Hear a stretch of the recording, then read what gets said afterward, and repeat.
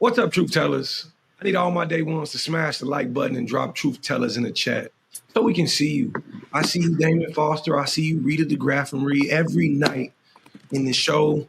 Are you team Torrey? Are you team Doc? Are you team Givers? Are you team Judge Lauren Lake? Listen, you better be team lovers. That's all I got to say. We appreciate your support week to week, and we're happy you're here. Just drop it in the chat for us so we know. But tonight, we're talking about single Black fathers. It's a very rarely celebrated and barely understood topic on here in the world, just not here, but here in the world, often labeled as absent, assumed irresponsible, or simply erased from the story altogether.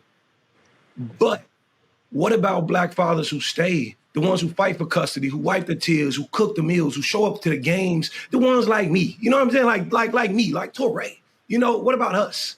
And still get labeled deadbeat. Tonight on Truth Talks, we're breaking the silence and busting the myths around what it really means to be a Black father in America. So tap in, family, hit the subscribe button on Truth Talks Live and buckle up, because this is Truth Talks.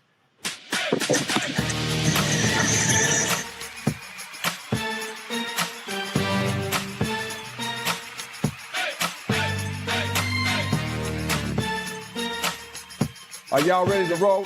Let's go. All right, truth tellers, tonight's show is about single Black fathers. We have one here, Dimitri Wiley. Welcome to the show. It is a pleasure to be here. Thank you for giving me my moment of glory and my time to shine.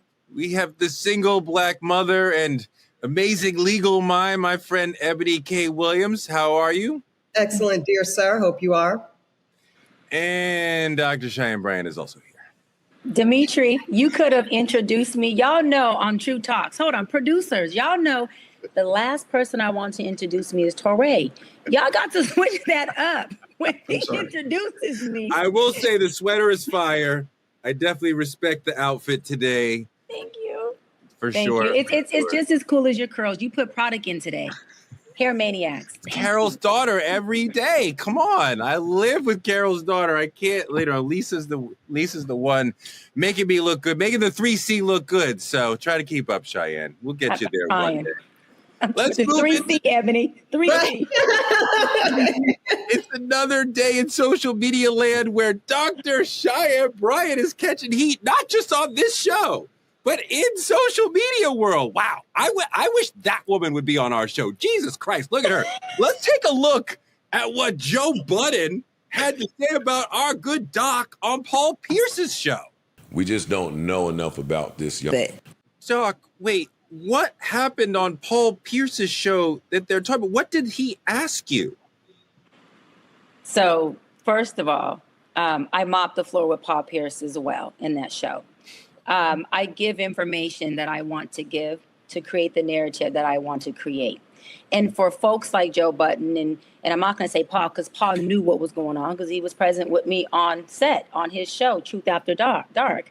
And so point of what I'm saying is for Joe Budden and these folks who are journalists and are so good at what they do, they should understand that a person who is a good interviewee is going to control their narrative. And so what happened on the show was Paul and I, and Azar, his other beautiful co-host, we were having an interview, and I was, in his words, therapizing them. I had already kind of, gave them their coaching and their therapizing in his words. And then he said, Doc, I want to now ask you some questions. He asked me, are you dating? Are you single? That's all he asked. Then I said, yeah, I'm single, but I'm dating. And there's been a young guy who I have, I use the word spin the block with for the past 5 years, meaning I come in when I want to date him and deal with him. And when I don't, I don't. And I said, it's very transparent. And he understands that. He knows that. This is not no manipulative tactic of he thinks there's going to be something more. He wants marriage. He wants commitment. He knows I don't want that at this moment. And we have our own agreement. And this is what we do. It's our dynamic. So Paul says, so what you're saying is he's pretty much your work. And the dick must be good. Yes. He asked you that question, is the D good? He asked that question. And so what I did was, I purposely laughed and said, I'm not vitamin D deficient. because we were having a vitamin D deficient conversation prior to the interview. You see your face, Touré? So this is what's funny is that people always talk about information and narratives and clickbait and people going viral, okay? When you do what I do for a living, which is not media, my for a living of 17 years is I've been a psychology expert, started off as a therapist, and then went into a life coach, okay? And with my personality, I know exactly how to drive things because I'm used to having to drive things in sessions with people to help them get to the root of their issues, to help them see things that they need to see for their awareness. I also know how to drive my interviews because that particular clip went viral. Now, everybody's trying to figure out who is this young guy she's dating. Everyone is having a whole conversation around it. And it got Paul Pierce and them the highest views, the highest rating, on their show, on our clips. And guess what that does? For anyone who knows media, while these journalists are acting so freaking dumb at a job they think they're so good at, that is the whole point of having a podcast. Is you do interviews that would spike an audience's view and cause engagement. So I did exactly what I was supposed to do. Your answer was fantastic, and it was sharp, and it's witty, and you definitely controlled that moment and took back your power and refused to be embarrassed or ashamed. Yeah. Okay? Full stop. His question is completely inappropriate and obnoxious and ridiculous. And I think that you responded well is a separate question from the question should never have been asked. And I don't care that you're out here for clicks or and I want you to deal with that part of it for me. Well, let me say this, Touré. So love that you said that. I agree to a certain extent. I see your face, Ebony, because I also agree with you saying, well, should it have not been asked? So you have to understand, Touré. Melissa Ford said it. She said it great. I have been literally mopping these dudes on every interview. Okay, there has been I am 10 for 10. I've been in the NFL 10 years. I got 10 Super Bowls to these people who are watching these interviews. Okay, I'm not saying that I do. I'm saying from the folks watching it. So Touré, when I go on your platform, do you not understand that your job is to try to come for me because I have mopped everybody else? So you want to be the first pioneer to say, Doc didn't mop me. Doc didn't get me. So I understand that too, as a person who actually has a brain, that every platform I go on, especially if it's a man and a man who has a more dominant alpha personality, his goal is not to interview me. His goal is to see if he can crack the doc. I understand that. So you think myself and my team are not setting up interviews with strong personality alpha men like Paul Pierce, Nick Cannon, Cam Newton, thinking that one, I can't handle it. Two, I'm not going to mop their ass as well. And three, that I'm not going to give pertinent information that I know is going to tee them up to do what I want it to do. Dimitri, very simple. I appreciate Dr. Bryant's ability to take these situations and make them work for her. I don't like the other people she's working with approaching the conversation as a competition and a chance to break her. I don't invite her or anyone on your platform to try to make them look stupid. You know what I mean? And when you come into Truth Talks or whatever I'm doing, I want you to feel comfortable. I want you to walk away happy. I'm not trying to ask the question that fucks you up, that makes you look stupid. And I think that was a clear attempt to try to make her look bad. Yeah, I think that's this generation we're living in. Nothing moves faster than positivity but negativity. So if I can bring her on my show and show you guys she's a different element other than what she's told the world, you are going to now view my show as exactly what Doc said. But what people don't realize is what happens is the next person is going to reach out to her and say, now I need you to come explain yourself on whatever platform. And then she ends up on a bigger platform. But the thing about it is we really have to look at the host of the show. This is Paul Pierce, the same man who said, I'll walk. I think it was probably 13 miles to the studio because he lost a gambling bet with no shoes on. This is a bet he made. He's always been a radical risk taker. So the moment he get the camera turned on, he already got you in a seat. He's going to take that risk. I think, like you said, Touré, I don't like it either from the narrative of the people being worked with. But I think he did it more for male validation from the world than he actually did it for views on his show. He did it for Cam. He did it for Nick. He did it for everybody she's went and mopped the floor with. And that's a male ego. That's a question driven by a male ego. That's just my opinion. I think that's right, Ebony. And I think it's kind of gross to have Paul say, look what she did on this show. Look what she did on that show. I'm going to get her. I mean, it's totally an attempt to slut shame her. I don't think it was gross or inappropriate. I'm fascinated by this take of yours, only because we've both been in the business since Jesus. So while it's very good natured and well intended, this is the dynamic, Touré. So let me speak as a fellow woman who particular subsets of our male peers find particularly triggering. Okay. When Dr. Bryant shows up on these platforms, Cam's show, Nick's show, et cetera, and she does what she does so effortlessly, so brilliantly, this poses a direct threat. This is very threatening to a very real subset of male podcasters, okay? And frankly, the male community, right? Dimitri's nodding. So you're right. They are seeing this as an opportunity to bait her, to shame her, and to prove their ability to dominate her, okay?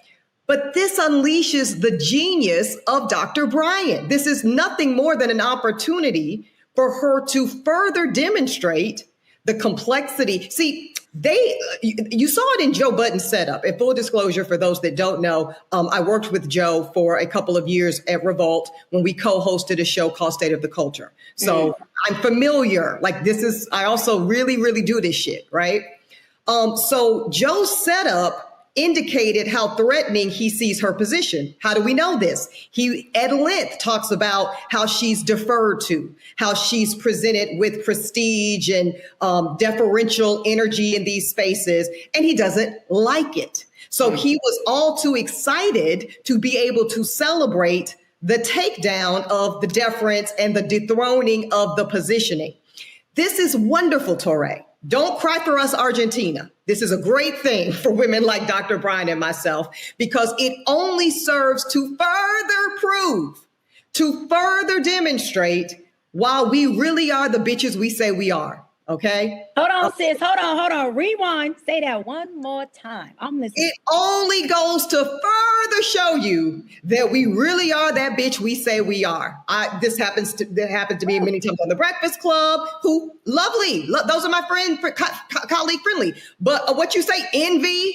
Oh, that's what I said. What I said, envy. You know, it happens on Love Them as well. Earn Your Leisure. Oh, I'm very familiar. You're not educating me on, I'm 40 plus and the wall we're supposed to hit.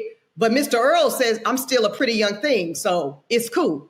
You know what I mean? So we're just well versed in it, Touré. And I don't want you to feel that we are victims of this behavior. Come on. Titans. She's not a victim because she handled it well. But hear this, Touré. We built it. Like she said, we built the narrative. We built the aesthetic. We built all components of it just for this exact scenario, and it works out perfectly.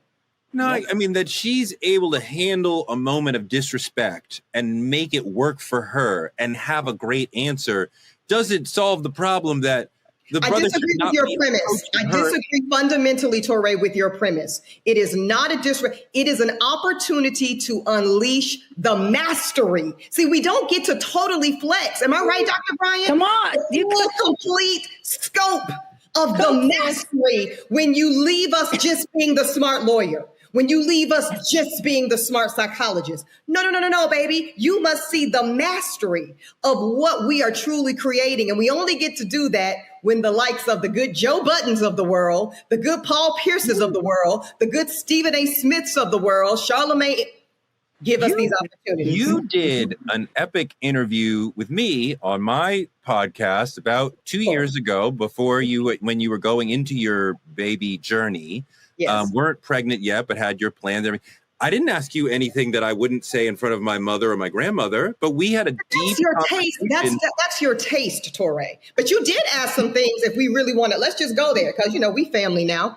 There were some things that you kind of Your digs just aren't dick digs. Let's be clear. You don't do dick digs, Touré. Yeah, and you don't do dick digs, Touré. Yeah. But you do digs. You digged on my politics and how I can have tolerance for people that are not particularly left of center. Yeah, you do digs. You just don't do dick digs. So your respectability looks different than some of these. There you go. Yeah, and I want to add to that because she made a point, Touré. You're trying to compare yourself, potatoes to apples, right? Yourself, who is obviously a family man. You've been married, I've heard you say 20 plus years. You have all your kids with your beautiful wife, right? You respect and honor your wife and women. You respect and honor your kids. So your mindset and where you're coming from is very different. You're trying to compare what someone of your caliber would do versus someone who has multiple baby mamas, who is a man who preys on women, who is a man who needs to make sure he's with a woman who is less than, a woman who would allow him to dominate her, because then that means he has no ego if he can't. A man who holds only his value on being high value, but a low fucking functioning at its fucking peak. A man who cannot regulate his emotion. A man who can sit only with a woman who he feels he can actually sound, not be like he's educated, but is not at all. A woman who he feels like if I get Dr. Bryant on here and I can even get a little edge on her, then maybe that'll make me look like the dude I've been trying to say I am with this NBA contract. But without that contract, I'm just a regular ass nigga in the hood who's low functioning, a baby daddy, broken homes, broken families, horrible decisions. And now I get to sit across a woman who has 10 for 10 Super Bowls and attempt to see if I can make one touchdown on her. That is a low budget, low functioning ass man. You cannot even compare yourself to them, Touré. And I don't like you 99% of the time. But there's no comparison. I absolutely agree with you guys.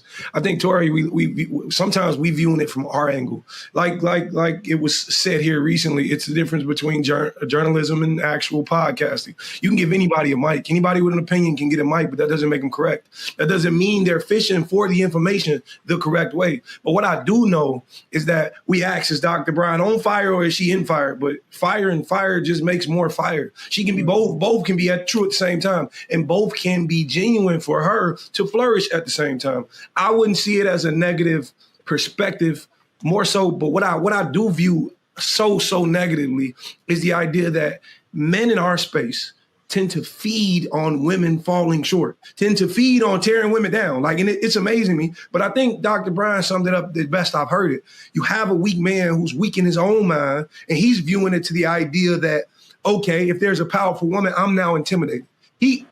He wants Dr. Bryant's voice. He wants that power in the culture. And that's something Paul Pierce has never had. If you looked at the actual root of Paul Pierce and Joe Budden, you look at these people and see who they compared themselves to. Joe Budden hate Drake for the exact same reason. He's not. It's envy. Envy lives in these people and it flourishes them and pushes them in these spaces. Last thing, do you think that it would be possible in the current world that we live in, misogyny and all that, for Doc to just answer the question, yes?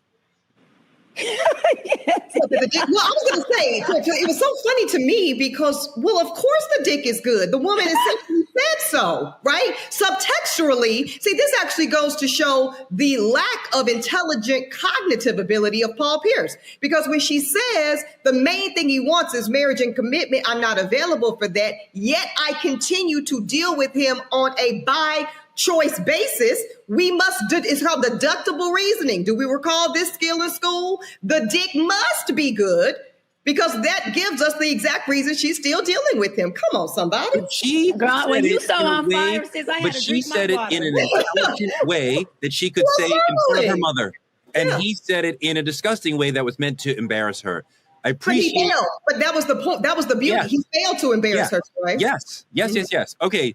This has been beautiful. All the Dr. Bryant fans will be thrilled to hear. Say what you said again. Repeat that end part. That was so good. Say it one more time. I don't remember what I said, but we're moving on. All the Dr. Bryant fans will be thrilled to hear that Truth Talks is going to do a special one-on-one with our favorite doc, so you can see why she's so coveted, the interview skills that she has, controlling the narrative. We're going to see all that right on this show. Moving on to politicking, let's welcome Dr. Frita, the Truth Talks medical expert, to talk about Trump's fat ass cankles. Glad to be here. And Dr. Frita, please talk about how spinning the block and having it your way on your terms is healthy on your mental health, and healthy on your mental health means physically your body will be right on track. Let's talk about that too. Absolutely. It decreases stress, which of course is good for your mental and your physical health. So spin away. Spin is cardio also. What do you think about his ankles in our politicking segment, Dr. Frita? His ankles are on my nerves. His ankles are fat, but they're not fat enough to cover up these Epstein files, these Medicaid cuts. It's a distraction, but it's a real condition. So we'll talk about it. We'll talk about it. Let Frita ring. Look, the right had all the smoke for Joe Biden's gait and his wobbly walk when he was the president. But the commander in chief has revealed that he's got swollen, fat ass, discolored ankles from a disease called chronic venous insufficiency. He's got all sorts of insufficiencies in that body. Somebody get this man some Epsom salt before them ankles get deported. Oh my God. That's disgusting. This is just freaking huge. Oh my God. Okay. Look, Dr. Frita, Trump clowned Biden for being too old to lead. And now he's out here announcing mystery conditions. He's obese. He is 79 years old. What is specifically going on with these disgusting, gigantic ankles? Okay, so he does have chronic venous insufficiency. Nice long word. I've had a lot of my subscribers ask me, oh, is it serious? Is it going to take him out? The answer is no. It's no. It's not life-threatening. It is a condition. But with this administration, I'm always looking at what is being covered because there has been a lack of transparency. So chronic venous insufficiency just means that in your veins, you have certain valves that help to keep the blood pumping towards your heart. And if those valves stop working well, then blood can pool in your legs and your ankles. You can get some bruising, some discoloration, some swelling, which is what he has. 1 in 20 people will have it. It's pretty common, not life-threatening. There are treatments. And one of the biggest risk factors for getting chronic venous insufficiency is getting old, okay? He's over 70, pushing 80, and so that's the risk factor. I'm more curious about the other pieces of his medical condition that aren't being talked about as much. So the bruising. The White House has stated that he has bruising because of all the handshaking. We know Melania didn't do it because she doesn't even hold the man's hand. But why does he have bruising? Well, that takes me back to the number one cause of chronic venous insufficiency, which is actually blood clots, right? Now, blood clots are more serious. Blood clots can go to the heart, to the lungs, and they can actually take you out, okay? They can make you be unalive. But no one has mentioned him having blood clots, but we do know by this administration, it would be possible for him to have something more serious, but then show us the thing that still makes him look pretty strong, pretty young. But bottom line, chronic insufficiency, very treatable, pretty common. It won't take him out, but there's something else I believe going on that's not being really disclosed. Not to mention, this is a big, hey, look over there for a condition that's really not that serious. You think there's something else, that this is a distraction from what the real medical problem is? I absolutely do. And of course, I don't know this for sure, but just based on numbers, again, blood clots are the number one cause of chronic venous insufficiency. If you have blood clots, then you'll need to take blood thinners, right? Mm-hmm. Things like warfarin, Coumadin. If you're taking blood thinners, now that would make your hands really susceptible to being bruised, even with light touch.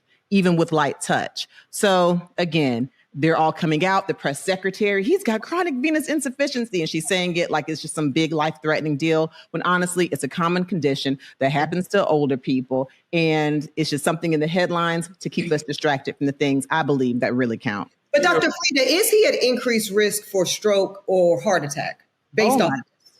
Well, not just based on chronic venous insufficiency alone, but based on his age. We know that heart disease is the number one killer in the United States. And we know that him having his weight, being obese, living with obesity, puts him at risk for heart disease, for strokes, for many other things. And we've seen in the past when he's had a major condition, i.e. COVID, how he got out of that hospital. He had low oxygen, could barely walk, could barely breathe, but he stood up and showed all of this strength. And he talked about Joe Biden from needing a shot in his behind. Yes, he's at the hugest risk for those things, heart attacks and strokes. And he has admitted to having high cholesterol, which is a huge risk factor for clogging the arteries. So I believe he shared an honest, pretty benign, pretty non-exciting condition with the long fancy name, just to cover up some things that are really going on, not only in politics, but possibly with his health. What's the chance that he just drops dead in the next couple of years? Is low. It's low. It's low based on chronic venous insufficiency. Plus, my grandma said it's the evil people who live the longest. So I'm sorry, Teray. He's gonna be alive a long time. Ebony, you think about like his policies are blocking working class elders from getting therapy for the same condition. So you're like, is he actually fit to lead the nation when he lacks the empathy to care for people who have the same problem that he has? Well, we know he's unfit in every way. So that's not a serious question, right? Of course, he's horrific. And, you know, I heard the same old tale as well, Dr. Frita. You know, it's the nasty, mean ass, trifling MFers that just can't get away from him. So yeah, that's why you're gonna live forever, Cheyenne. What you want to say? Oh, look, Torre. Got him, girl. Got him, girl. Hopefully, yeah, I'm with you. Got him, girl. Hopefully, at that age, things will still be spinning the block and working, because you know what? To Ebony's point, the good D will have you living a long, good life. So I think I'm in good company. I think I'm in damn good. Shut up, Dimitri. Shut up, Dimitri. That's the thing. That's the thing. And that's how you double down on the D. And that's how you double down on the D, by the way. There you go. There you go. Yes. Especially for never mind. Especially for the men who think damn, I'm on the floor tonight, Dimitri. Hey, look, what do you got? I'm saying the men who think they're throwing the D, and obviously the only thing that they have to offer is that money that's paying for the P. And if they didn't have that money, they wouldn't have none of the P. I hope y'all get my little semantics. No, I don't know. Well, you don't, Torre, because you're a married man. Go ahead, Dimitri. You got one bed. Go ahead, Dimitri. Go ahead, Dimitri. Mute her mic. In-house. Go ahead, Dimitri. No, listen. These men wish they had what you had in-house, Torre. They got outhouse and they paying for it. That is the Joe Buddens, the Paul Pierces, the Cam Newtons. These are the dudes who, if they didn't have their money, they wouldn't have their honey. If we're going to call it what it is, we're going to call it what it is, Torre. You in the position they want. The Trump. What? The fat ass ankles. Trump as well. If Trump didn't have the money, he wouldn't have the honey. All right. Thank you, Dr. Frita, for coming through. We love you. We appreciate you. We're going to have you back on the show soon. Thank you. Moving on to the main topic, family. Tonight, we're going to have a conversation that's long overdue when we talk about Black fatherhood. For some people, the first image that comes up is not love. It's absence. It's abandonment. It's broken promises. But the truth is that narrative was never the whole story. It was never the true story. For a lot of Black men, that was not their story at all. There are single Black fathers out here raising full households, doing hair, helping with homework, bath time, holding down 2 jobs, and still being treated like ghosts in their own kids' lives. So tonight, we're going to pull back the curtain and get into it, talking about the lies that shape the myth, the systems that hold it in place, and the men who are breaking it down every day just by showing up and asking the realest question: are Black fathers, especially single Black fathers, finally being seen? Or are they still being punished for a story that was never theirs to begin with? Let's take a look at the stereotypical deadbeat dad video. Ms. Lovett, you are in court today to prove Mr. Hilton is the biological father of your 2-month-old daughter, Winter. You claim that Mr. Hilton has denied your daughter since birth and has also abandoned your other 4 children. You say the stress of this entire situation has been devastating. Is that correct? Yes, Your Honor. Mr. Hilton, you claim you are certain Miss Lovett's daughter is not your child because Miss Lovett was in a sexual relationship with another man weeks before you learned of her pregnancy. Is this correct? Yes, Your Honor. So, Ms. Lovett, you claim Mr. Hilton's denial is hurting your family. Explain. He's a deadbeat dad. He doesn't take care of the kids at all. He does nothing. I've lost everything. I lost my house, my car. I'm financially, I'm just destroyed because he just want to handle his responsibilities. Mr. Hilton, those are strong allegations. I'm not finna take a baby that's not mine. I love my kids, Your Honor. I got 4 other kids, but, Your Honor, I'm not finna do that. That's impossible. It's really sad to hear about the situations. I don't know who's right, who's telling the truth, or who's on point, but it's just really sad, that whole situation. Dimitri, according to CDC studies, Black fathers are statistically more involved in their children's daily lives than white fathers and Latino fathers. We are not necessarily living in the house, but we are present in the daily activities that our children are part of. We are full active fathers for the most part. Take a look at this video about that. Out of all men that have children, Black men find the most happiness in fatherhood. Come on, man. Talk about it. For one. And the second thing that they found out is that Black men that have children actually experience a higher level of happiness than Black men without children. That's the part that I found really, really interesting, because there's no research on parenting, especially with Black people, right? Absolutely. And it's even less with Black men. So Facts. It's one of those things where it's like, yo, like, this is not a fatherhood pod, but we damn sure come on here and we will knock against any stereotype about Black fathers, because we know it's not true. Demetri, what do you think about what he said about children making your life better as a father? I wholeheartedly agree, like entirely. Like, I got a 5-year-old son. His name's Logan. My son has been everything to me. Actually, very transparent, which I've always been via social media. Last night, this is right hand of God. Last night, in my dream, I don't know if you guys ever experienced something like this, but I was pouring down. Right, I was leaking in a dream, and reason being because my son asked me a question, and I remember it so vividly about getting older. Why can't I do this? I'm in first grade now. And my mind went of how he's been there for me since being a baby, and how I cherish just him being a child so much that growing older makes me sad. And to the degree that he's been everything for me. He's been a sole source of happiness. And I think there's this rhetoric that Black fathers get. Like you said, what's the statistic is? We get attached this negative connotation because it's all people choose to talk about when we're actually very present and very happy. Now, I'll admit, me and my child's mother has always been on a 50-50 custody schedule, one that I created, one that I enforced. I remember originally fighting to go to court saying, because she moved on with a new man and I was okay with it. But I originally remember mentioning to her that I'd like to go to court about it to make sure there's nothing that can take me away from my son. I was the first to change a diaper. I was the first to wash him up. I was the first.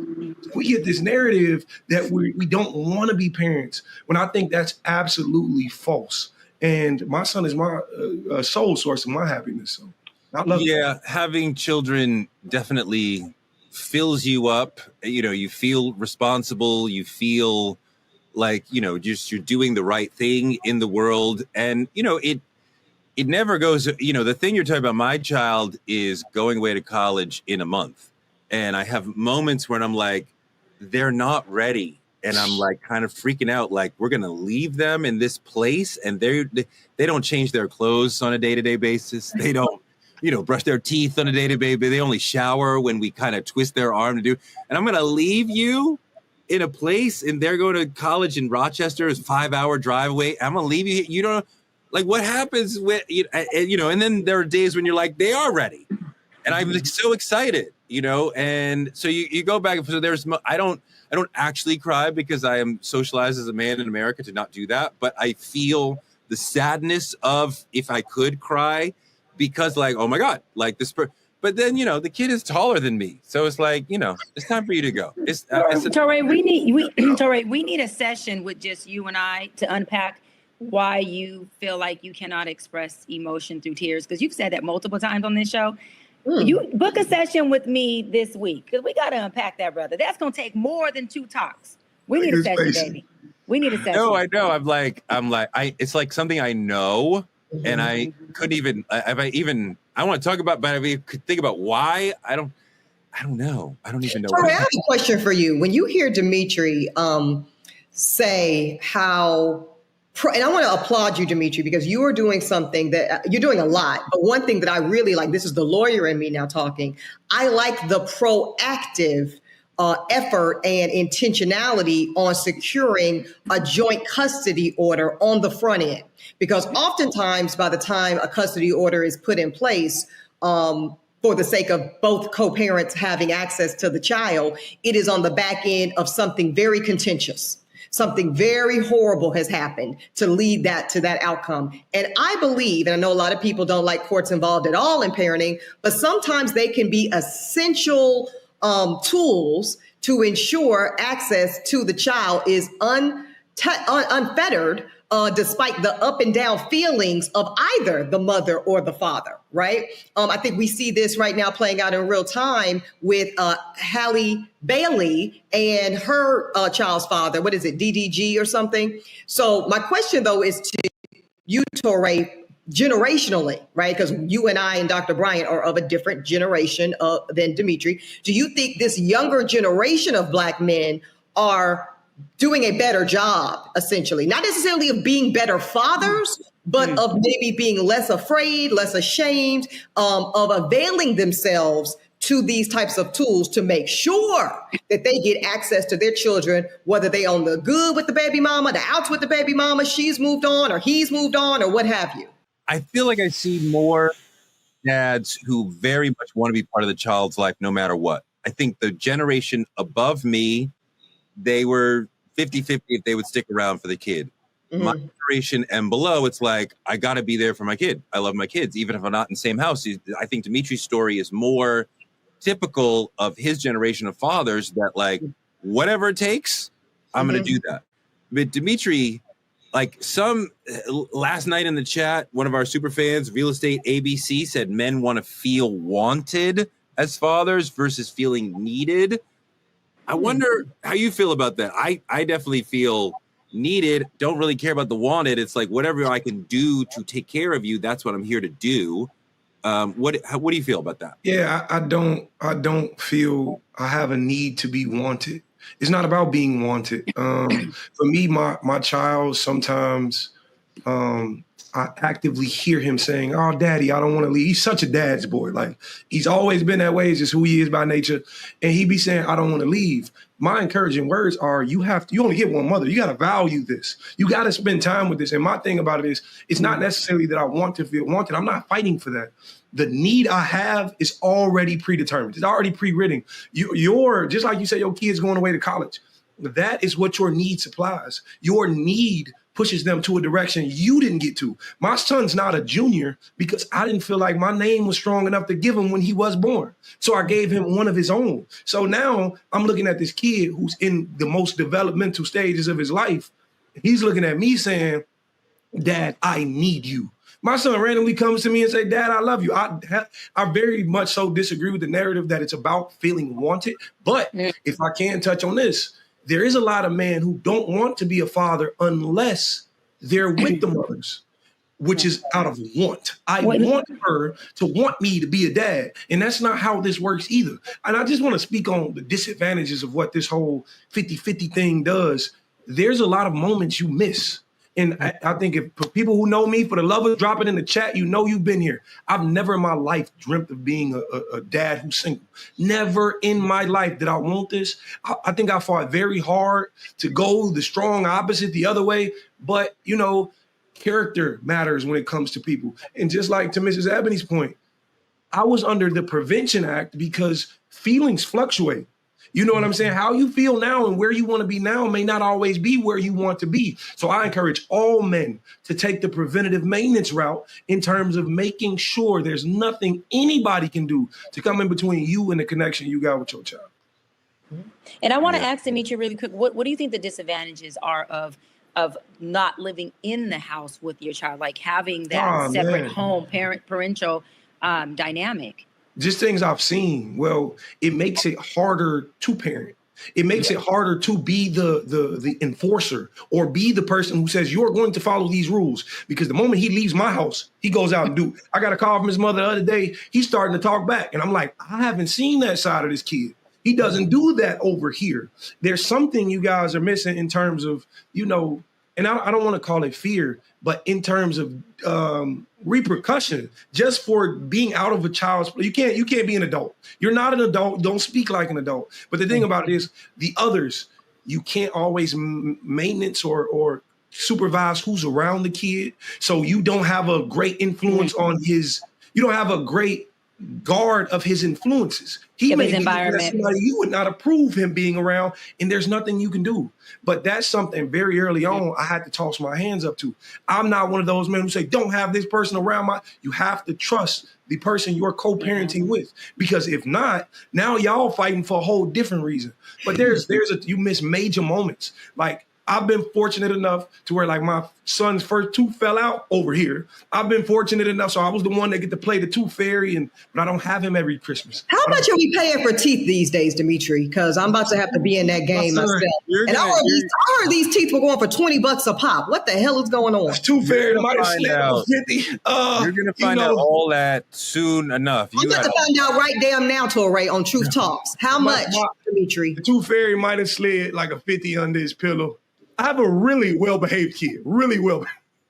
A part of what you're talking about is that parenting is kind of like the fire department in that you don't always know when it's going to happen. You might be just sitting there, everything is calm, and then suddenly there's a moment of need, a tooth has fallen out, I stab my knee, or a moment of joy. Oh my God, suddenly we had this great moment brushing our teeth together or rubbing you down after taking a shower or whatever it is. Moments that aren't planned, the PTA meeting and the game out, the soccer game, that's great. But there's these little moments. His tooth fell out and we celebrated that. We didn't know that was going to happen. So those little moments, and so if you don't live in the house, this is why the Nick Cannon situation makes me sad, because the children are in 6 different homes. Yeah. There's so many impromptu moments that you are missing. And I don't know how you get back to that, but Dimitri, I'm stuck on $50. Is it $50 just for the first tooth or every tooth thereafter? You know why I gave him $50? I looked at my son the night his tooth fell out. He was so excited. First off, we did the string on the door trick because it was already right. Yeah. We did the old school. Yeah. But I looked at my son and I said, baby, what if the tooth fairy doesn't have any money to give you? I said, what if they only bring you $1? He was like, that's completely fine. I'm grateful for whatever I get. I say, I got a 50 in my pocket. 50 going under the pillow. Counsel, you'll find the economy that your child exists in is determined by you. You are the Milton Friedman of your child's world. So if your house teeth are $5, that's your world. His house, they're $50. You don't have to, do the edit, the allowance. Mama got 5 on it. Yeah, Mama got 5. Dimitri, wait, and I want to feel, Dimitri, to be loving. Hold on, how does it feel, Dimitri, to love your child deeply, and yet there's these layers of legalization that in between before you go there, Torre, because I don't want to get off topic. Before you go there, I just want to touch on what Dimitri said about missing those moments, because that is what triggers me so much about the broken homes, is the moments that are missed. And then on top of that, if those 2 parents go on to have more kids, all of those kids start to feel like, wait a minute, is daddy or mommy getting more moments with the other siblings? Is daddy or mommy missing out on what I have because they're actually attending my sister's graduation? Is daddy or mommy, paying more attention or investing more in their birthdays or in their times? And don't let it be a child who actually does live in the home with your new wife, right? Or her new husband. Then daddy or mommy's waking up every morning with that child, and that child is getting something that you only get one time if you get it, which is that every morning, the walks to the schools, the daddy picks me up from school every single day, and I get to go home to him. I get to see mom or dad cook. I get to see mom and dad engage and interact and show a representation of their love that gives me the value and representation of the love they have for me. So there's so many moving parts that parents unfortunately don't get when there's a broken house, because that child doesn't get to see the normalcy of 2 parents, and they always feel the deficit of, well, is daddy over there because he wants to? Is mommy over there because she wants to? Why is it that daddy or mommy can't be here with me? Because kids don't have the insight when they're 1 through 5 and sometimes 1 through 10 to rationalize, why isn't that parent in the home? They start to take on a little bit of shame that says, was I not good enough for them to stay together? Was I not good enough for mommy or daddy to be present? And so that's something I deal with a lot, really quick, Dimitri, in session with my young kids that I'm in session with, that say, hey, well, I have shame because there was nothing I did or could have done to save the marriage, to save the relationship. And to look at the other side of the coin, just me, there's an extreme amount of guilt that comes along with finding my wife one day, having more children, and Logan not being present in every waking moment. That bothers me. That's it. I never want my son to feel like, you're only in this other household because dad didn't want you here. That's not Come the on, truth. Dimitri. And I say it all the time. The greatest thing I can ever do for my child's mother is one day she look up and she don't want to be a parent no more. I will gladly take on that full responsibility. I never minded. I was the doctor dad. I was everywhere I needed to be. We got the shots, we got the teeth, we did the everything. And the thing about it is there's an extreme amount of guilt that's going to that leaves my children or my son feeling like he's not part of the nucleus. And I hope, Ms. Wiley, when you do come along, that you can help me rationalize that in his mind, because it's super, super important to me. And I've been trying to live with that. So wait, Dimitri. Absolutely, Dimitri. I love you for keeping it so fucking real right now, because so many men, this is a lot of the platforms of the men's whose podcasts or shows I was on, I was trying to depict is, wait a minute.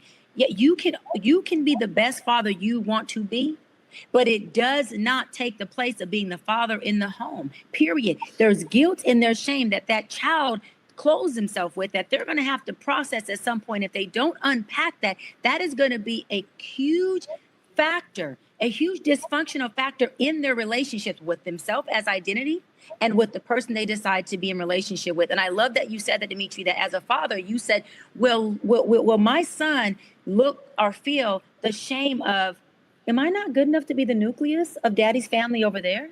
Am I not good enough to live in the house like my other siblings do? Why am I not there? But you as a father, Dimitri, are going, son, I've wanted you to myself all your life. I wanted to assume responsibility of you all your life, but I got to share you with your other parent who's not in this house. That is a lot to process for a child. It's a lot to process for parents. And people don't take the brokenness of a home. They don't take it serious enough. There's a lot of layers to that stuff. Dimitri, how does it feel to love your child through the lens of, well, we have this court-ordered, lawyered up situation that sort of pieces together what we can and can't do? How does that come into the situation for you? Actually, the thing about it is, and don't be disappointed, guys, but the moment I attempted to take it into a legal direction, which was right away, I was called jealous. I was told I'm only doing this out of emotion I have toward this specific situation, which was completely false. I didn't want your new love saying, okay, baby, let's move to Buckfuck, Tennessee. And now I'm stuck in Chicago looking like I have no rights to my son. I'm not going to be able to live with that. So it never happened. But I do want to commend his mother, because she's a great mother. In terms of just being a mother, she's an incredible mother. Our relationship didn't work, but she's always been a great mom. And the thing about it is, I'm okay with that. If we don't have to get technical or legal or whatever the case is, or I don't have to love through the legal lens as Torre have depicted it, I'm okay with that. As long as we can sit down at the table and say, this is what needs to happen. I have my receipts. I have my school. I have everything needed to when we go to court. The trips we've been on, the passports we've gotten, every single thing. And I advocate for every single parent. Do so. Keep up with what you're doing. Hold on one second, Tori. I just want to speak to the custody piece.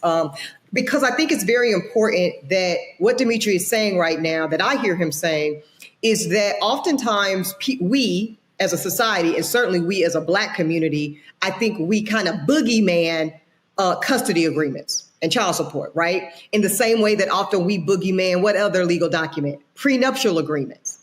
And I think, and I'm not saying this to say that everybody should go this route, but I think that if we destigmatize what Dimitri has done and not make it because he's jealous or because he's controlling or because he's trying to do this and hurt her, what if it's just a brother that says, let's mitigate the risk? Let's take it off the table that there will be any conflict as it relates to our joint and mutual continued access to our beloved child that we share together. And here's the shocker, y'all. It doesn't always have to be adversarial. Sometimes it could be your lawyer. The best case scenarios, and I used to always try to start from this place, there are things called consent decrees of custody, where Dimitri and the child's mother can sit in agreement without adversarial lawyers and just say, hey, we can go through the court-appointed magistrate or mediator, and we can agree Monday, Wednesday, Sunday, Tuesday, Thursday, this, and this, and this. Both sign. Judge says, clerk stamped, and now we have a consent decree. So these things cannot always look so horrid, always be so sad, and they really can be very protective and helpful documents. Doc, what role do women, sisters, play in the baby mama drama that happens a lot of times when there's multiple parents in multiple households dealing with one child? You mean what role do they play in choosing that circumstance, or what role do they play in it being effective and healthy? I mean, I'm not sure that baby mama drama, whatever that means in different households, is healthy and effective and efficacious for the people in the situation. Yeah. Well, let me say this. If the baby mama is causing the drama by holding the child and puppeting them, right, as bait to say, hey, if you don't do this, then you don't get to see your child. That is a mother who is doing a complete disservice to her child. That is a mom who does not have her child's best interest at heart, because at the nucleus of this co-parenting relationship, it should be a conversation around what's best for this child. And let me put my feelings to the side and not let my feelings cause problems. That's where you say, listen, I have to surrender to the reality that I am a single mama, that I am co-parenting. And if I don't have the proper tools, let me get it by seeking wise counsel. Let me get it by going to therapy, getting a coach, or talking to a couple who I see co-parents in a healthy way. And how are they blending this? And I think this is what's really important.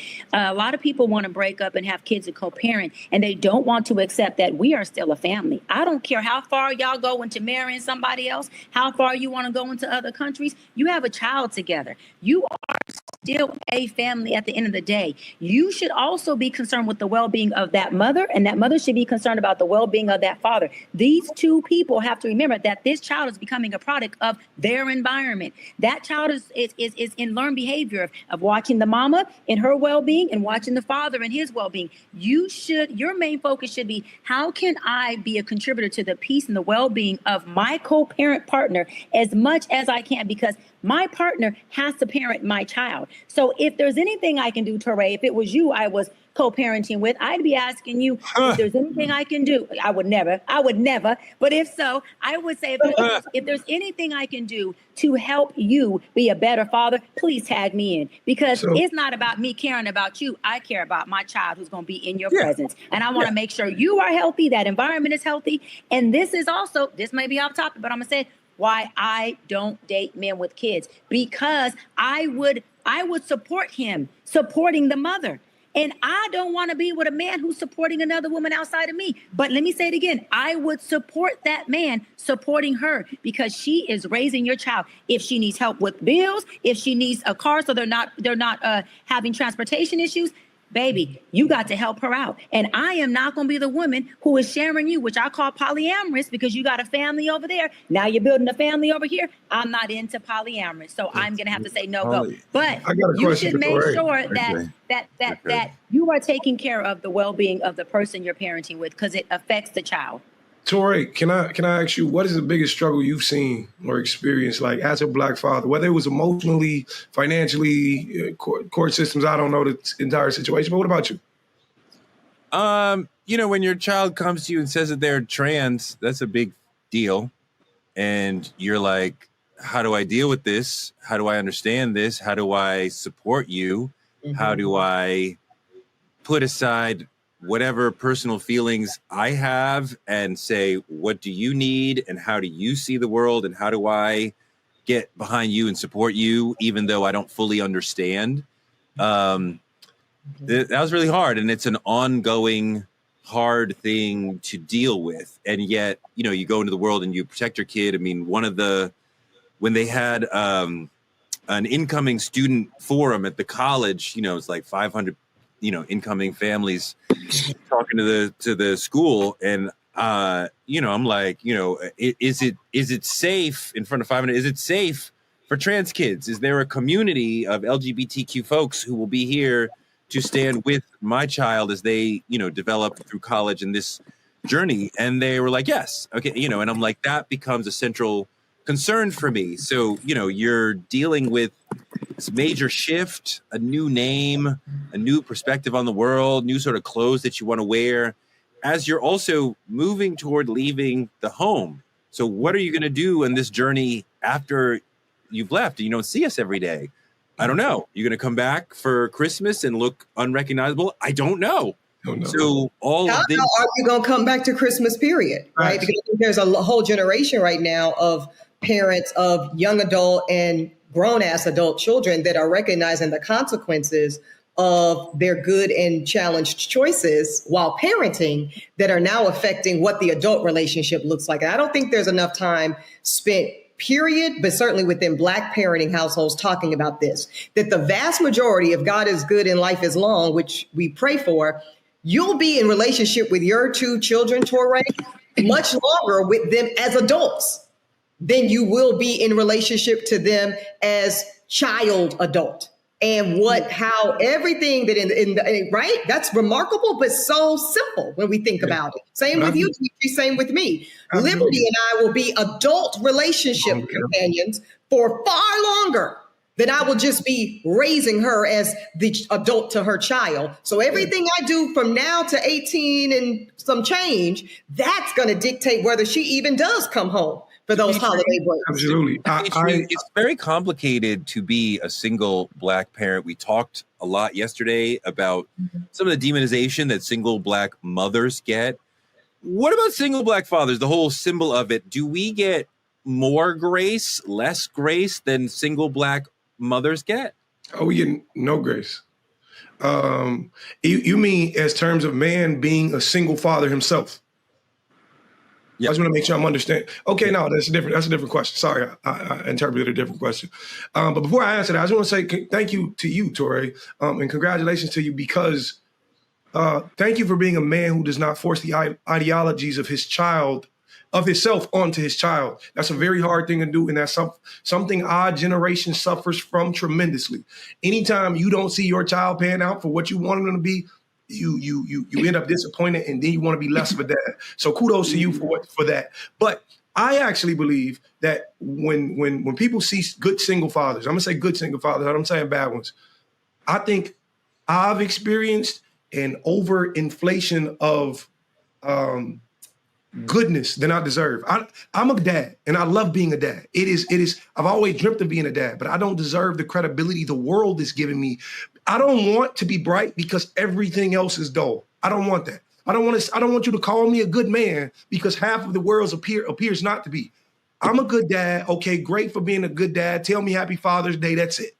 I don't need the praise of saying, oh, and I absolutely hate it because we praise when men are good dads, but when you see a good single mother, that's what she's supposed to do. That's not what she's supposed to do. That's not how the world should work. So me personally, I've seen it from an end to where I'm praised for being I recently received a book of me and Logan's memories in cartoon form from somebody. And it's beautiful. It's a beautiful sentiment, and I'm grateful.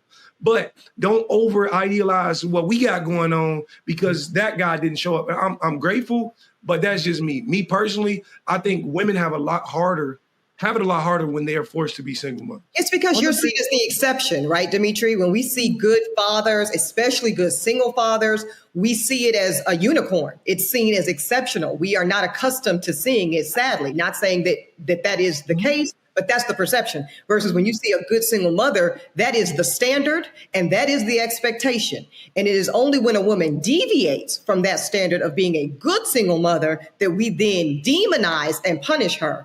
And it's a really good awareness point, Dimitri, for you to name the hypocrisy. So I appreciate it. When I see a single mother, my thought is mom never leaves. Mom is the planet on which you exist. Dads shouldn't leave, but sometimes they do. They might. But mom, no matter what, she's going to be there for you. I want to bring in another father, though. Friend of the show, Gerald Griggs, been on the show a bunch of times. He's a new father again. How old is your new baby? I have a 14-month-old and I have a 17-year-old. Amazing. Wow, you started back. You was out and they pulled you back in. Oh my God. Yes. Earl wasn't done. He wasn't done. You're a father for the second time. You're also in the court system a lot as an attorney. You see a lot of Black men dealing with a lot of traumatic situations. What do you think is the perception these days of Black fathers in our community and in the mainstream America? Well, let's just push back on something. A report recently came out that 70% of African-American fathers are in their children's lives. So let's push back on this bad Black father image that's been put out in the media. Let's also push back on the fact that, you know, a single Black father is the exception for being, you know, exceptional and not the rule. You know, as somebody who was both in a marriage and has been single and now is in a marriage, all raising children, we have to understand the child didn't ask to come into that situation. But once the marriage breaks up or the relationship breaks up, your only duty as a father is to that child. Yeah. To the child you brought into this world. And as a child of a parent that did divorce, my parents did divorce at 16, I saw both ends of it. And I saw a father who fought to be in my life and a mother who was open and accommodating to be in my life. But many of my friends who are fathers have to fight exceptionally hard. And that's one of the reasons why I don't handle domestic relations cases, because I do see the bias inherently built into the system to disproportionately take Black fathers out of the home. So what I just want to add to this conversation is there are thousands upon thousands of good Black fathers. And Demetri, I push back on that a little bit. You should accept that, because the media is trying to put a narrative out there that Black parents, Black fathers are absent when we are the most present, regardless of our relationship status.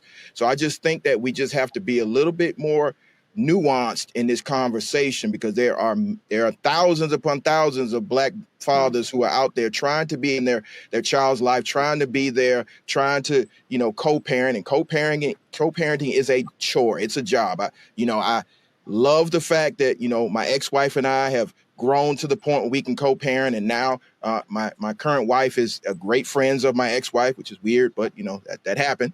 But, you know, you got to work at it. It's a job.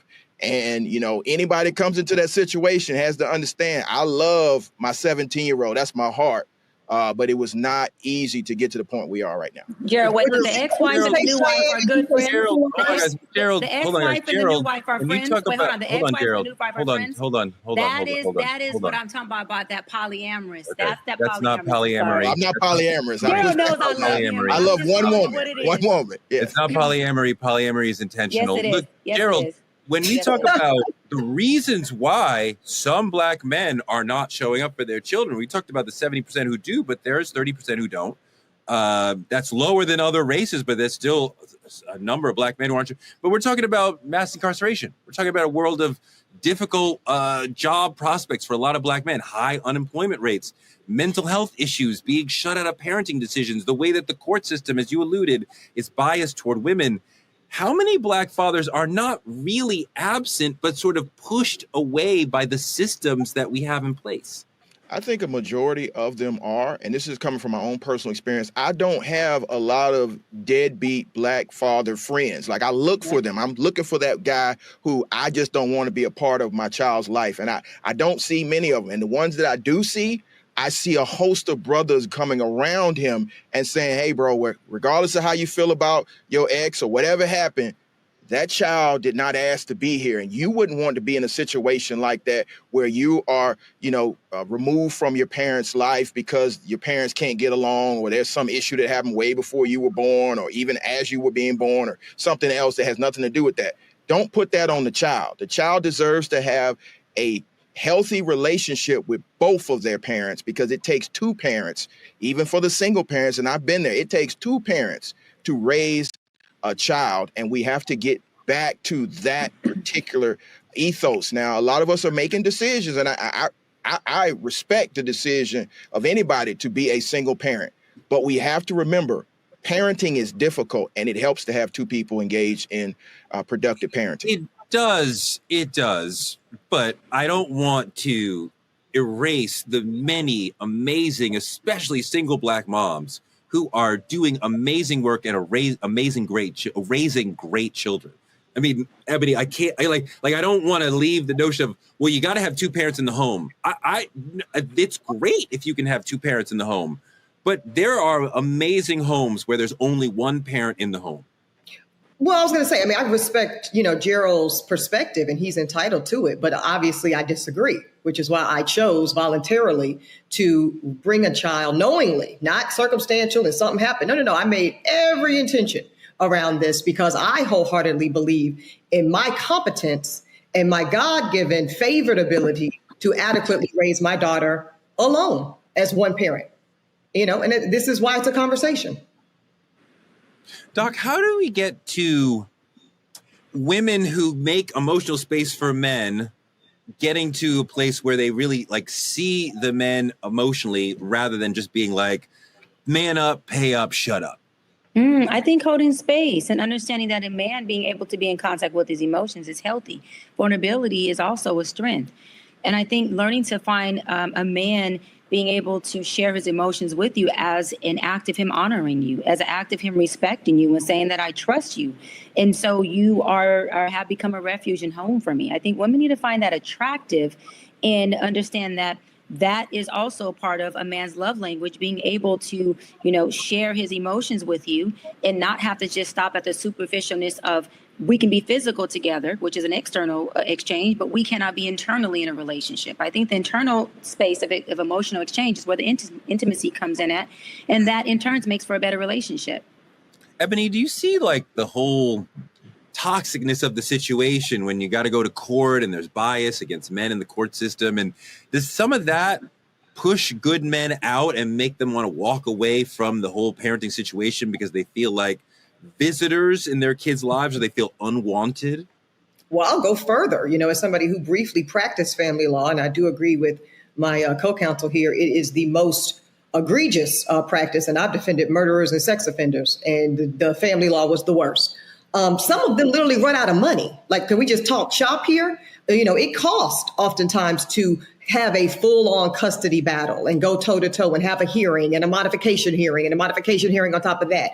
And I have seen oftentimes either party, but we're talking about Black fathers today, simply run out of cash to continue the legal battle, the legal effort to have access. I just want to speak on something, and this is personal, so I'm going to be vulnerable, but it is something that there is a cohort of us adult children, and this has been women and men, where because of social media now, we get to see oftentimes a situation where our fathers who might have been absent in our experiences for one reason or another, but who have been father of the year, so to speak, active, present, and wonderful fathers to other children of theirs. And that is a real specific pain point, right? When you see a man, in our case is a Black man, who is a wonderful father, but wasn't that wonderful father to you? And for we're all acknowledging no fault of your own as the child, the innocent child who wasn't asked to be born and just innocently arrived. But I hope that's something that at some point the culture can really discuss, how painful it can be to see the cherry picking for, again, could be circumstances, could be the mom kept the kid away, could be the court system, could be that the father didn't even know he had that kid until later in the journey. But the watching, bearing witness to a wonderful Black father who wasn't able to provide and be that for you. Gerald, I think the struggling single Black mother is seen as strong. I certainly see her that way. But then folks are like, well, the struggling Black single father is a failure, Dimitri notwithstanding. What do you think about that whole perception? I think we just have to reframe the conversation because neither person is a failure. I mean, situations could put you in a situation where you're a single father, a single mother, or you could do it by choice. But it shows strength because, again, it's very difficult to raise a child by yourself. And so for anybody put in that situation, I don't think we should demonize them. I think it is a very strong sign of a very strong personality, very strong personal characteristics to take that on and to be successful. I'll give you an example. Again, at 16, My parents divorced, and my mother became a single parent, and she didn't miss a beat. She continued to raise me. She continued to have a productive relationship with my father. It was kind of strange. They were friends for 30 years. She was there at his deathbed, and they always professed their love for one another. They just couldn't live in the same house. And so I don't think we should demonize that. Everybody's situation is different, and I think everybody should be lifted up for trying to be the best parent they could possibly be. But let me be clear on this. There's no book on parenting. You have to figure this thing out, and it's not easy. So my hat goes off to everybody that's doing it. What do you mean, Gerald? There's tons of books on parenting. The shelves are groaning with books on parenting. I read Dr. Poussaint and all these other people before my child came and be like, there's a lot of, oh my God, we did the whole 1, 2, 3 method. I mean, do you do that? Like, we just did any of that work? Did any of that work when you're faced with the actual challenge of a living human being who you have to care for in your face? You didn't go to the book. You were like, I got to figure this out. The child is up at 3 a.m. yelling, and I don't know what to do. Oh no, the books definitely helped a lot. I mean, there's certain situations where they get it wrong. You can't do a psychology for every individual. Each child's going to be different. But there, Dimitri, we've talked a lot about stepdads. I want to touch a little bit on the potential of a stepmom in the future. At some point, there's a woman, you'll fall in love and you'll try to want to put somebody into your life, into your family. How do you think about that vis-a-vis your son? When do you introduce your son to somebody you love and want to, take the next step with? Like, what does he get a vote in who you marry? How cute. It's quite hilarious. Thank you for manifesting. It's cute until it's not, Cheyenne. Really serious talking. So I've been their vote. That's just me. Go ahead, though. I've been manifesting Mrs. Wiley for a very, very long time, as we all know. But for me, my child hasn't met anybody I've been dating. And he's 5 years old now, and I took a year off of dating when a split happens, a year and a half sometime. Then I started dating, maybe he was 3.5. He's 5 now, and he still hasn't met anybody. But for me, his say matters more than anybody's. When I say it's not I need you to like this person, but how do you feel about this person? And I'm going to ask him in basic expression, like, I'm very in tune with my emotions, so I aim for my child to be, and we go over this and we study these things. And how does this person make you feel? Are you comfortable with coming to them and communicating with them? And when that time comes, it'll absolutely be a woman I deem worthy of that exact honor to me, because it's an honor in my right. But the thing about it is, it's God's timing.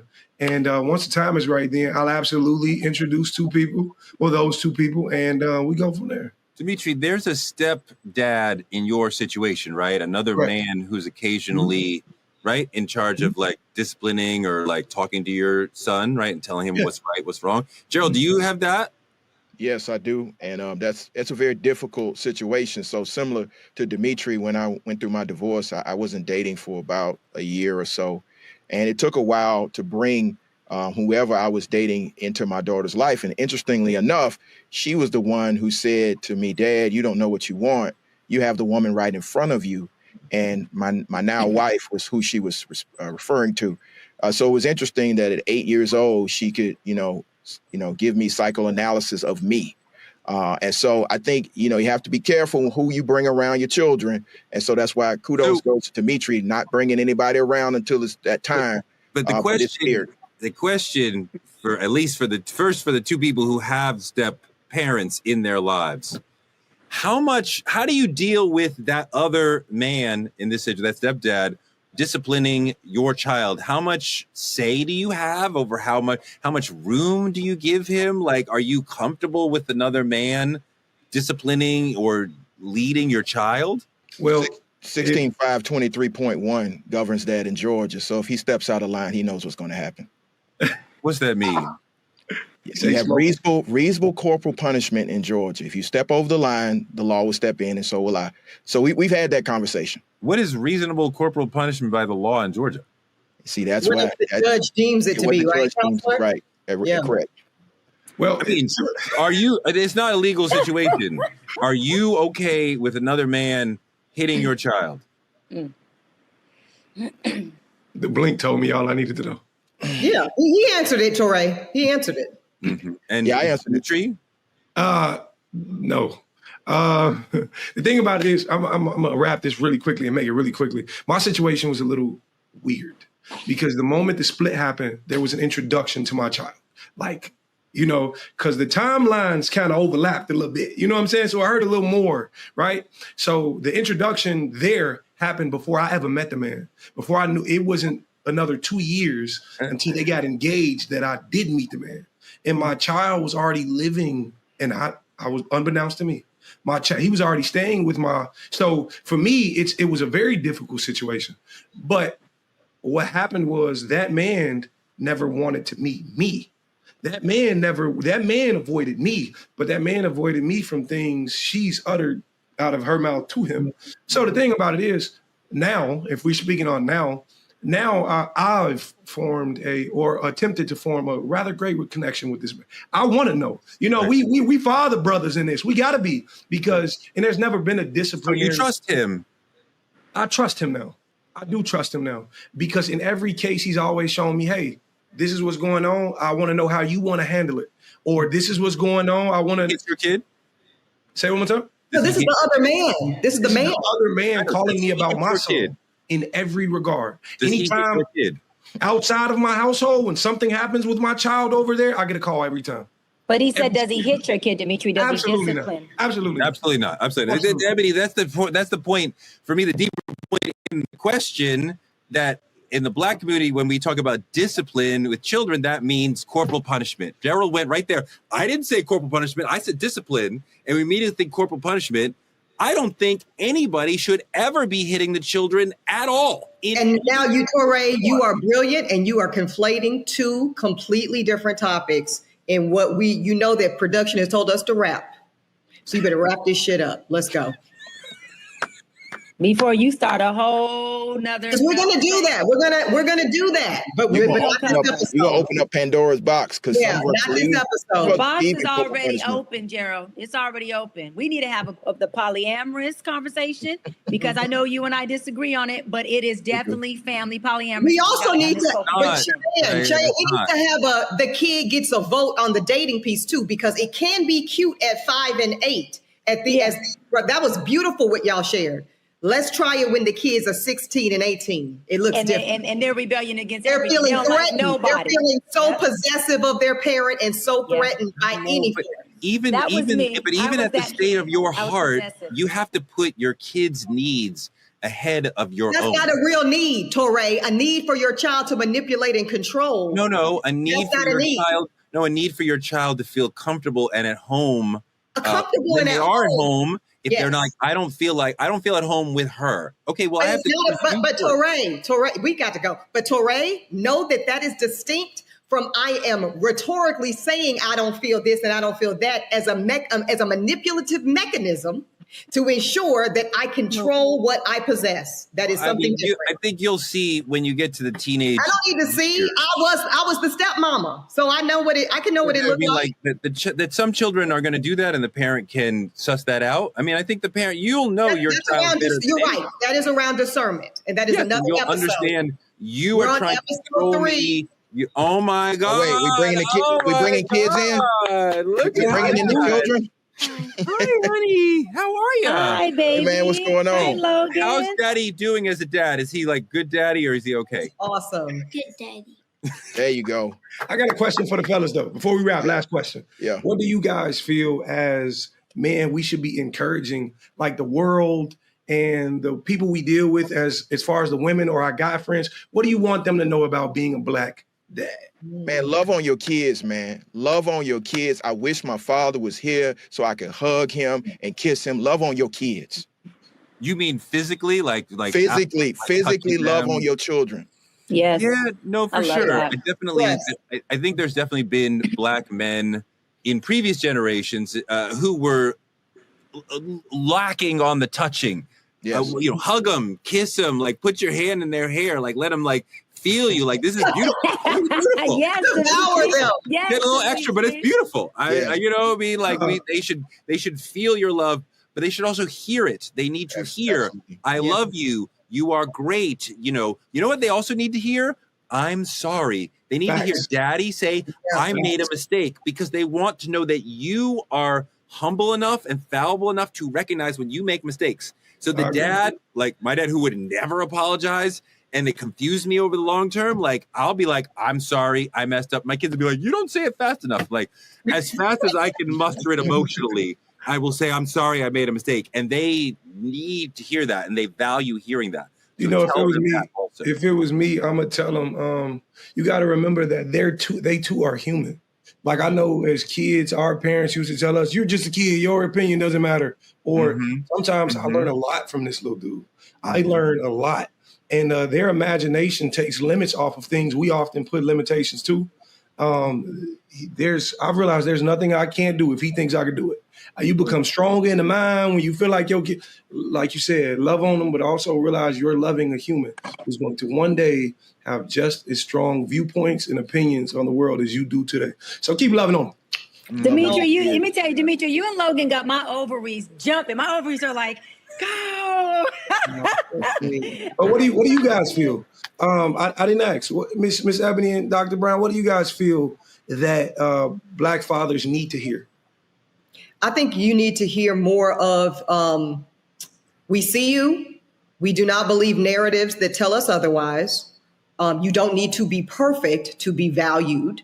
And even if a Black single mother like myself doesn't have an active Black father in my home, know that it is honored and revered, the valuation of Black fathers in our Black community. And it can't be overstated. Hey, can you call the nanny and tell her to bring in your kid? No, I'm saving liberties on camera appearances for something that I can monetize, but thank you. That's right. I'm just fucking with Torre, Cheyenne, because that's what about you, Dr. Brown? I just think that I think that y'all need to be heard. I think heard without a rebuttal. I think that's it. I don't think there's much to it, but to be heard, no rebuttal. Let you guys' issues be your issues. Not bring in our issues, hold space for you. And then at the end say, okay, did you want me to listen? Or did you want me to help you and assist you in doing something? I think that's all y'all need. I think y'all don't need a whole lot of lip and conversation. I think y'all over that shit. You need to be heard and supported. And what we doing, baby? And where we going? I am so glad that Logan joined us on the show today. That was awesome. He can come back anytime. Maybe he'll come back and read the intro next week. That's it for tonight's Truth Talks. Listen, this wasn't just one conversation. It was a confrontation. We set out to demystify Black fatherhood, but what we really uncovered was how deep some of the wounds go and how little space we give Black men to be both strong and soft, present and flawed. So here's the truth. If we don't start seeing Black fathers as whole people, not just headlines or hashtags, we're going to further destroy the Black family. In the same breath, to all the Black fathers who aren't stepping up, come on, guys, you got to come in here and get this joy, because there is nothing like hugging your children and seeing a little person who looks like you and looking, they need you. So show up for them. Do better. Be present. Children are a blessing. No matter how they got here, they need us in their lives, and we got to show up for them every day. This is more than parenting. This is a cultural issue. Let's get back to raising our sons and being an amazing example for our daughters. This has been Truth Talks, the stories they don't want you to hear. We're going in every night, just like this. Like, subscribe, and keep supporting us by telling a friend to tell a friend. Check us out every night, 8 p.m. EST and 8 p.m. PST. Truth Talks will be back tomorrow night. Good night, y'all.